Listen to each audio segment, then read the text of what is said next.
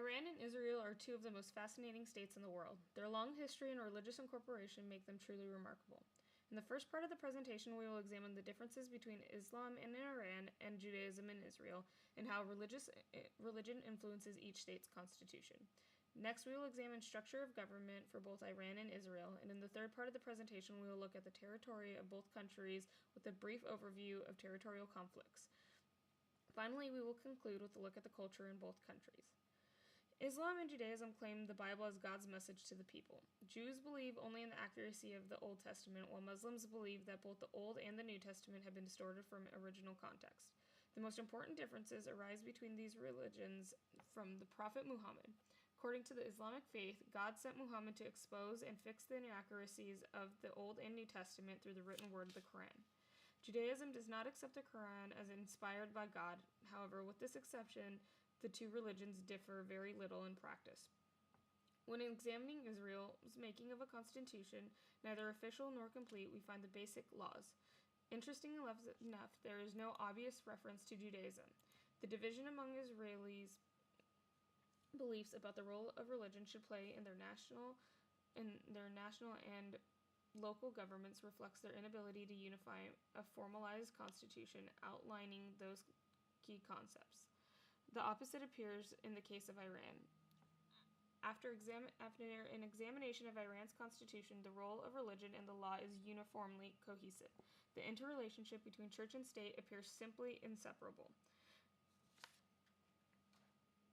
Additionally, in Article 72 of the Consultative Assembly in Iran, it is prohibited from enacting laws counter to Islam in the Constitution of Iran. The Constitution and the Holy Text jointly, in a cohesive manner, form the ultimate authority of the validity of laws in Iran. The Iranian government is clearly not shy to incorporate Islam into laws. Now we discuss aspects of government and political structure. We continue to emphasize the role of religion. To begin, the most prominent feature of the two entities is that both countries practice universal suffrage. Secondly, both possess a three-branch government with an executive, legislative, and judiciary system. Israel is a democratic parliamentarian. In the executive branch lie a president whose civic role is mostly ceremonial and a prime minister who is head of government. The legislative branch is a unicameral named the Knesset that consists of 120 members. Israel's judiciary system is a three-tier court system. The Supreme Court is the highest court of the law, following district courts, and lastly the magistrate courts, which is the lowest level of court of law. Iran is a unicameral legislative body, named the Islamic Consultative Assembly, which came into effect after the Iranian Revolution in 1979, after the abolishment of the Iranian Senate. There is a supreme leader who is head of state, which is president, that is subordinate to the supreme leader. In an article labeled Iran Political Culture stated 290 members, the 12-member Guardian Council must approve all candidates for the National Assembly, 6 of who are appointed by the supreme leader and 6 by the judiciary. Legislation must be approved by the Guardian Council. Economically, Iran and Israel are self-sufficient countries. Though Israel lacks natural resources, they do well to sustain the stability of their nation. Israel has focused their financial growth through industry and agricultural departments, specifically with food resources. Israel also does very well with cutting-edge software, programming, and military technology. The territory that comprises of Israel today has been subject to many conquests, many involving the Arab-Israeli conflict.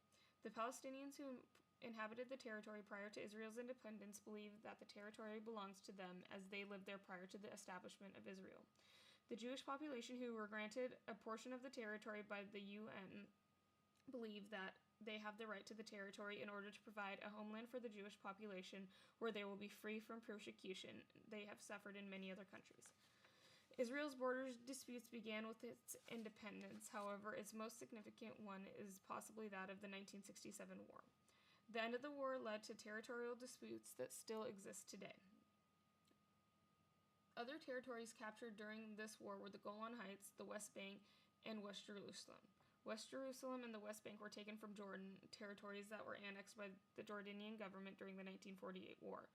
While the West Bank was currently part of Israel, future peace negotiations include ideas of making the territory of the West Bank part of an independent state of Palestine. Currently, the Golan Heights is still in dispute between Lebanon, Syria, and Israel. The Old City, or West Jerusalem, remains in dispute between the Palestinians and the Israelis because whoever controls Jerusalem controls a city that is sacred to all Abrahamic religions. Gaza is somewhat of a no man's land. Following the 2009 ceasefire in Gaza, when Hamas won control over Gaza Strip, it appeared that neither Israel nor Egypt wanted the territory back. It has been suggested that part of the reason for neither country wanting control over Gaza is because of Hamas, often considered a terrorist group by the US and other European countries. Much of Iran's territorial conflict resolved over the Shatt al-Arab, a waterway that borders Iran and Iraq. In the Delimitation Commission of 1914, control of the waterway was given to the Iranians up to the shore of Iran. This was challenged by Iran from 1932 to 1975 when Iraq agreed to move the border to the lowest part of the waterway. In return for this, the Iranian government ended all support for the Kurdish dissidents operating in Iraq. In 1980, during the Iranian Revolution, conflict over the waterway resurfaced when Iran's neighbors to the west invaded their country. The invasion was prompted by Saddam Hussein, who sought an opportunity to settle a land dispute over the Shatt al-Arab while the Iranian government was weak from revolution. These acts led to the Iran-Iraq War, which lasted nearly a decade. In 1980, Hussein invaded Iran with the goal of gaining control over the Shatt al-Arab. This land grab led to the Iran-Iraq War, and at the conclusion of the war, Iran regained the prior border of the Shatt al-Arab. However, since both countries economically rely on oil, the need for access to this waterway is vital, and the Shatt al-Arab connects to the Persian Gulf. This is the reason it has been contested between both Iran and Iraq over who should have control over the waterway.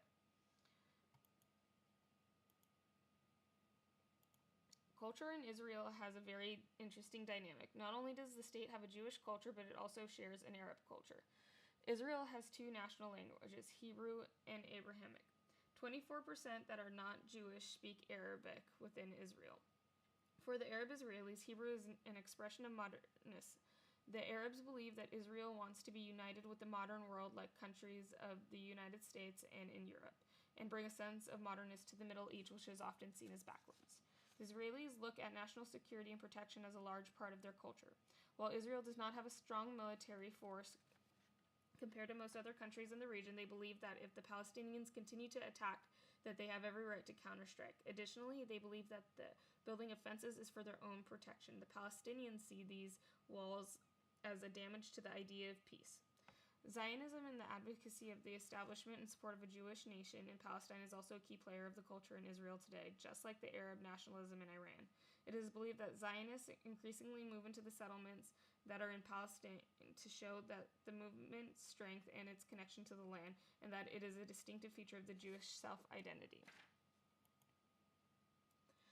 The Islamic Revolution was defined from the outset as a cultural revolution bent on fomenting a collective identity based on religious faith and tradition.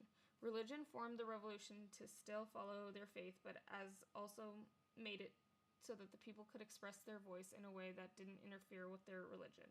The Reform movement and the winning election of Khamenei expressed more openness to culture and a move toward less oppression. The religious intellectuals challenged this idea. It also put a heavy confrontation on the conservative and reformist and the idea of pure v. corrupt. However, there was still this idea of a pure and corrupt loyalty to one's nation that the main underlying factor to reform. The outcome, that is, Iranian culture, is greatly shaped by religious nationalism. Shia Islamic faith presents not only religious following for the country, but also plays a huge role in shaping the culture. It brings collectiveness throughout the country and a way for the people to unify as one. Iran and Israel are two very distinct countries from one another. However, the strong religious influences in both countries create similarities between the two countries. Like most countries, what separates these two from one another is not dueling religions that differ from one another drastically. Rather, it is the unique compilation of its people, culture, government, and history that make each one of a kind.